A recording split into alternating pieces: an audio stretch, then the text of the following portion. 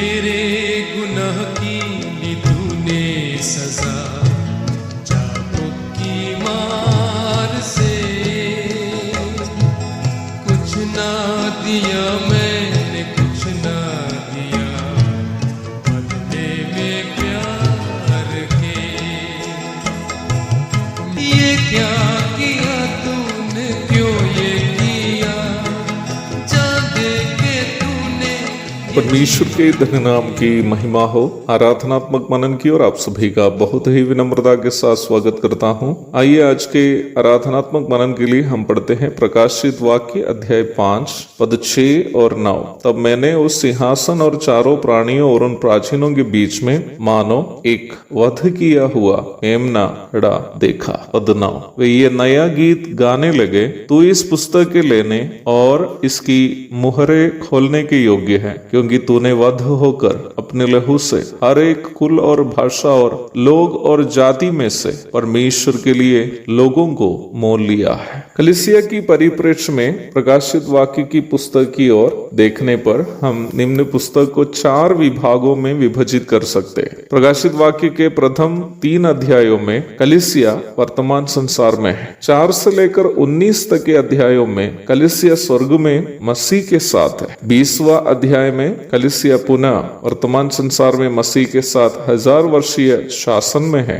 और 21 एवं 22 अध्यायों में कलीसिया नई धरती और आकाश में मसीह के साथ है। अवश्य ध्यान रखें, ये विभाजन कलीसिया की परिप्रेक्ष्य में प्रकाशित वाक्य का एक संक्षिप्त विभाजन है। 3रा अध्याय तक वर्तमान संसार में कलीसिया को देखने के बाद 14 एवं 5वां अध्यायों में कलीसिया को स्वर्ग में दिखने से हम ये अवश्य अनुमान लगा सकते हैं कि यह यीशु मसीह के मध्याकाशीय आगमन के तुरंत पश्चात होने वाली एक घटना है।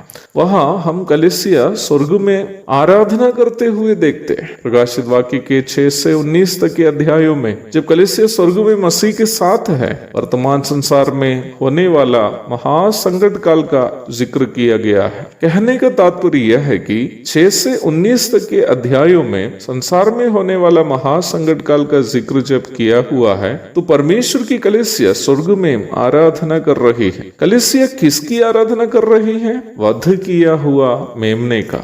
यूहन्ना रचित सुसमाचार प्रथम अध्याय के 29वीं पद में धीमी गति से बहने वाली यरदन नदी के किनारे होकर धीरे धीरे कदम बढ़ाकर आने वाले यीशु मसीह को देखकर पुराना नियम के अंतिम भविष्यद्वक्ता यूहन्ना बपतिस्मा देने वाला इस प्रकार कहते हुए हम वहां पढ़ते हैं, देखो ये परमेश्वर का मेमना है जो जगत का पाप उठा ले जाता है। अगले दिन भी यीशु मसीह को देखकर यूहन्ना बपतिस्मा देने वाला समान प्रकार के एक और प्रस्ताव रखता है, देखो ये परमेश्वर का मेमना है। अध्याय 1 पद 35। यीशु मसीह को देखकर मेमना शब्द से उनका परिचय कराने के द्वारा न्याय व्यवस्था के प्रतिनिधि स्वरूप यूहन्ना बपतिस्मा देने वाला 3 महत्वपूर्ण सच्चाइयों को प्रस्तुत कर रहा है। पहली बात, पाप के कारण परमेश्वर से दूर होकर आग की झील की ओर नष्ट होने वाले मनुष्य जाति को बचाने के लिए परमेश्वर एक मेमने का वायदा किया था जो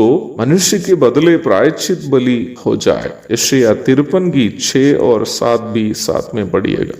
दूसरी बात, परमेश्वर के द्वारा वायदा किया गया मेमना प्रभु यीशु मसीह है। यशायाह 53 की 10, मत्ती अध्याय 1 की 21 और पहला पत्रस अध्याय 1 पद 18 और 19 यही यीशु मसीह। तीसरी बात, यही यीशु मसीह जो एक मेमने के समान वध होकर जी उठकर हमारी आराधना के पात्र बन गया, वही स्वर्ग में भी हमारी आराधना को स्वीकार करेंगे। प्रकाशित वाक्य अध्याय 7 पद 9 से 15 तक। मुझे सुनने वाले प्रिय भाई बहनों, मनन को समाप्त करने के पूर्व मेमना शब्द प्रतिनिधित्व करने वाला एक और तथ्य आपके सामने रखते हुए मैं समाप्त करना चाहता हूँ। जब यीशु मसीह को, जो परमेश्वर के अस्तित्व में द्वितीय व्यक्ति है अथवा परमेश्वर के पुत्र है, मेमने के रूप में प्रस्तुत करते समय वो एक बड़ा ईश्वरीय त्याग की कहानी हमें सुनाता है। वो महान त्याग जो परमेश्वर के पुत्र ने हमसे प्रेम करने के कारण किया है, जिसने अपनी आवाज से सबको सिरजा है। वो आवाज अथवा वचन अपने आप को शून्य किया है। एक बंधुआ मजदूर बन गया जिनकी कोई आवाज नहीं है। गुलाम की आवाज का कोई महत्व नहीं है, इसलिए गुलाम लोग चुप रहते हैं। और यीशु मसीह जब एक बंधुआ मजदूर अथवा गुलाम बन गया, वो चुप रहा है। Logos became डूलोस।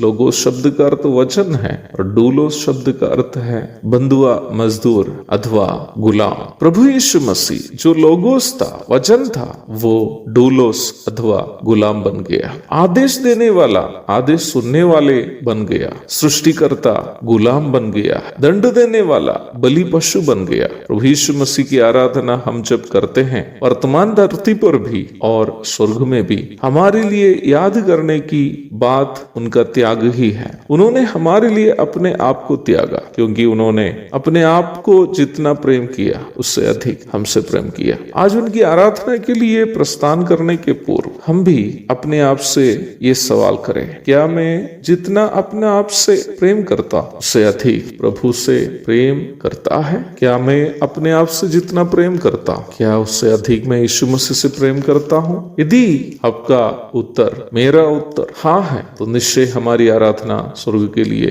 ग्रहण योग्य होगा। एक और शुभ दिन की धन्य कामनाओं के साथ आज का मनन में यह समाप्त करता हूँ। प्रभु आप सबको आशीष दे, आमीन। दर्द था मेरा जो तूने सहा, चढ़ के सलीब पे